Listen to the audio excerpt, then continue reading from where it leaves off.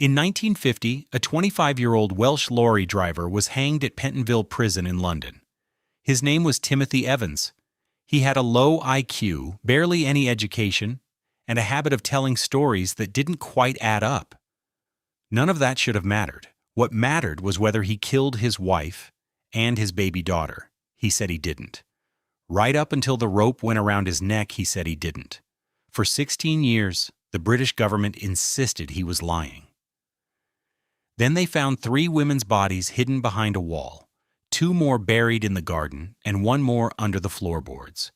All in the same house Timothy Evans had lived in. All killed by the same man who had testified against him at his trial.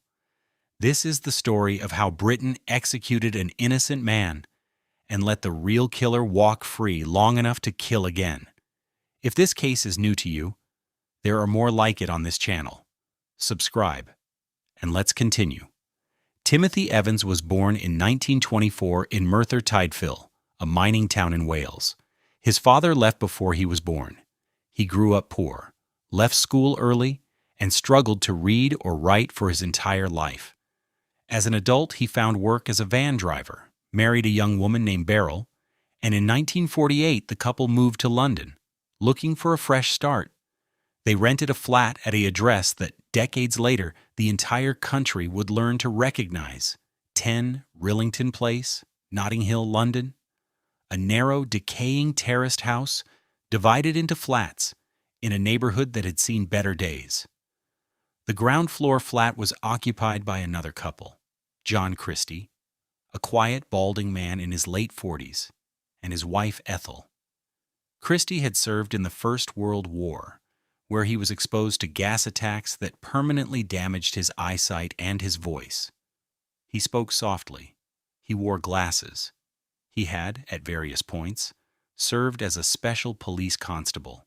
To his neighbors, he seemed like exactly the kind of man you'd trust: polite, unremarkable, forgettable.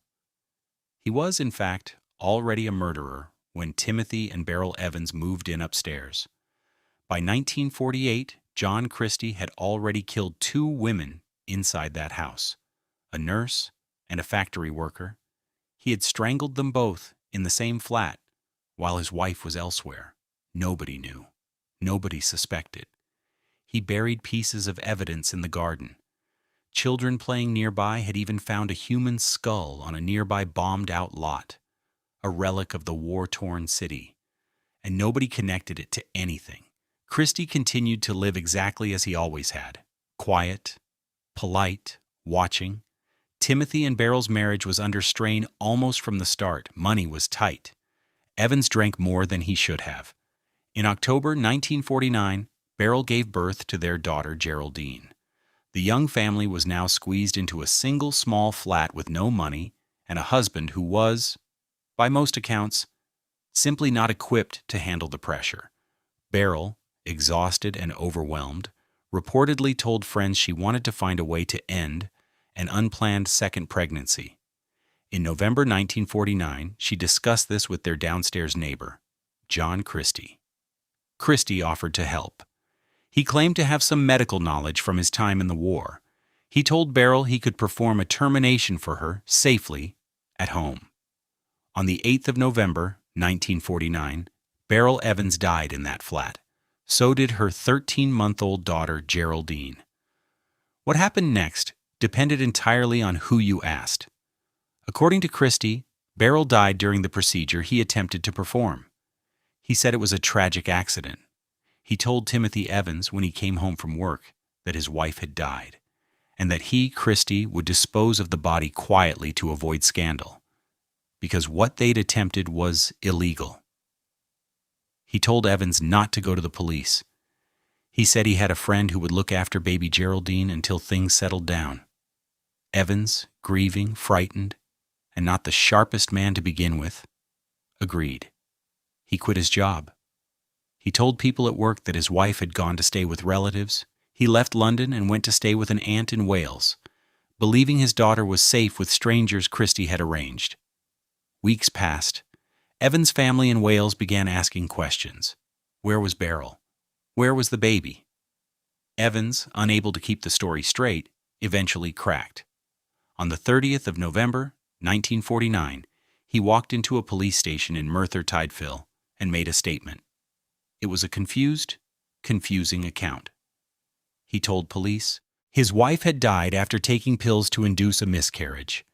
He said he had panicked and put her body down a drain outside the house. Police in London checked the drain. Beryl Evans' body was not in a drain. It would have been physically impossible to fit it there in the first place. The drain cover alone took 3 men to lift. Confronted with this, Evans changed his story. Now he said John Christie had done it. Christie had performed the abortion. Christie had caused her death. Christie had taken care of the body. Police went to Rillington Place. They searched the wash house in the shared garden, a small 4-by-5-foot outbuilding the tenants used. Inside, wrapped together, they found the bodies of Beryl Evans and her daughter Geraldine. Both had been strangled. Evans was arrested. Under further police questioning, he changed his account once again, this time confessing to strangling his wife himself, in what he described as a rage, after an argument. He never confessed to killing his daughter. He maintained from the moment he was charged that he had not touched Geraldine. Under the law in England at the time, he could only be tried for one of the 2 deaths in a single proceeding. Prosecutors chose to try him for the murder of his daughter, Geraldine, believing it presented the clearer case. There was no obvious motive for killing an innocent baby, which the prosecution argued made the act all the more cold-blooded and all the more convincing as evidence of Evans' guilt. If stories like this one matter to you, stories the system tried to bury, consider subscribing. The trial began at the Old Bailey on the 11th of January, 1950. The prosecution's central witness was John Christie. Christie took the stand and calmly denied any involvement. He denied offering to perform an abortion. He denied any knowledge of how Beryl and Geraldine had died. He presented himself exactly as he had to his neighbors for years: mild, cooperative, trustworthy. The court had no reason to doubt him. He was, after all, a former police officer. Evans, by contrast, was a poorly educated laborer who had already given police several conflicting and contradictory stories. Evans's legal defense was almost non-existent. His solicitors did not investigate Christie's background. They did not look into his criminal record, which, had they checked, included multiple arrests for theft and violence stretching back decades. They did not call key witnesses who might have supported Evans's account. They appear to have simply assumed their client was guilty and treated the trial as something to be endured rather than fought. The jury deliberated for 35 minutes. They found Timothy Evans guilty.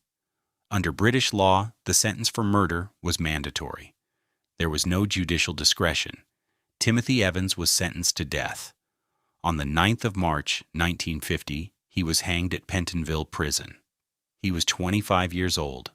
To the end, he maintained that he had not killed his daughter.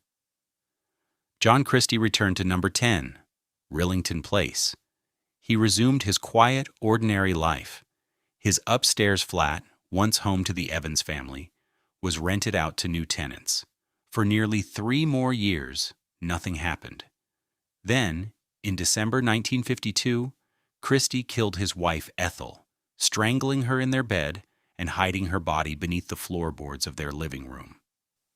Over the following weeks, he told neighbors and relatives that she was unwell, that she'd gone to stay with family, that she sent her love. He forged letters in her handwriting to maintain the illusion. He even cashed her pension. Then he killed again and again.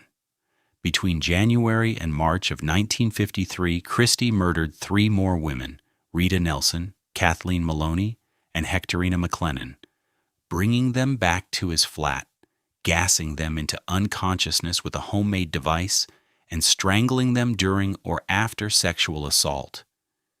He hid their bodies inside a hollow alcove in his kitchen wall, papering over the gap to conceal it. In March 1953, with rent overdue and his behavior increasingly erratic, Christie sublet the flat and left London.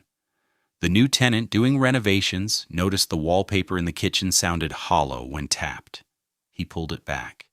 Behind it were 3 bodies. Police searched the rest of the house. Under the floorboards of the front room, they found Ethel Christie. In the garden, they found the remains of 2 more women. Christie had killed years earlier. The same garden where children had once found a skull and thought nothing of it. John Christie was a serial killer. He had been one for a decade. He had murdered at least 8 people inside that house, possibly more. And 3 years earlier, in that same house, he had sat in a courtroom and given evidence that sent an innocent man to the gallows. Christie was arrested, tried, and convicted of murdering his wife. At his trial, in a final, grotesque twist, his defense lawyers entered a plea of insanity, and in doing so, brought up all of his other killings as evidence of his mental state. He confessed to murdering Beryl Evans. He never admitted to killing baby Geraldine. To his last breath, he denied that one murder, the one his own testimony had sent another man to die for. John Christie was hanged at Pentonville Prison on the 15th of July, 1953. He was executed by the same hangman who had executed Timothy Evans 3 years before. Albert Pierrepoint pulled the lever both times. The public reaction to what had happened was immediate and furious. How had an innocent man been executed, while the real killer sat in the witness box, lying under oath, and walked free? An official inquiry was launched. It concluded, astonishingly, that Evans had probably killed his wife after all, but that Christie alone had killed the baby, Geraldine. This meant Evans, legally, had been hanged for a murder the inquiry itself said he likely didn't commit. It satisfied almost no one. A second inquiry, years later, in 1965, took a harder look at the evidence. It found no credible reason to believe Evans had killed anyone. The likelihood, by then overwhelming, was that John Christie had murdered both Beryl and Geraldine Evans, exactly as he had murdered everyone else in that house, using the same method, the same location, and very likely the same homemade gassing device he used on his later victims. In October 1966, 16 years after his execution, Timothy Evans was granted a posthumous royal pardon. His body was exhumed from the unmarked prison burial ground and reburied in a proper grave. In 2004, his surviving family received a formal apology and compensation from the British government for the miscarriage of justice. It was too late, in every way that mattered. Evans's mother had spent 16 years insisting her son was innocent, largely ignored, treated as a grieving woman in denial rather than a witness to injustice. She did live to see the pardon. She did not live to see it treated as the historic turning point it became, because the Evans case did not just correct one error, it changed an entire country. Alongside 2 other troubling executions in the same decade, Derek Bentley, a teenager hanged for a crime committed by his underage accomplice, and Ruth Ellis, the last woman executed in Britain, the case of Timothy Evans became one of the central arguments for ending capital punishment in the United Kingdom altogether. Writers and campaigners, most notably Ludovic Kennedy, devoted years to exposing exactly how the system had failed. Parliament debated it for over a decade. In 1965, the death penalty for murder was suspended in Britain. In 1969, the suspension was made permanent. Timothy Evans did not live to see any of it. He went to the gallows still telling the truth, and nobody believed him. The man who actually killed his family sat in the courtroom, calm and convincing, and helped seal his fate. There is no system that can undo an execution. There is no pardon that gives back the years or the life. All that remains 60 years later is the case itself, taught in law schools, referenced in parliamentary debates, dramatized in films and television, a permanent reminder of what happens when a justice system trusts the wrong man and refuses to listen to the right one.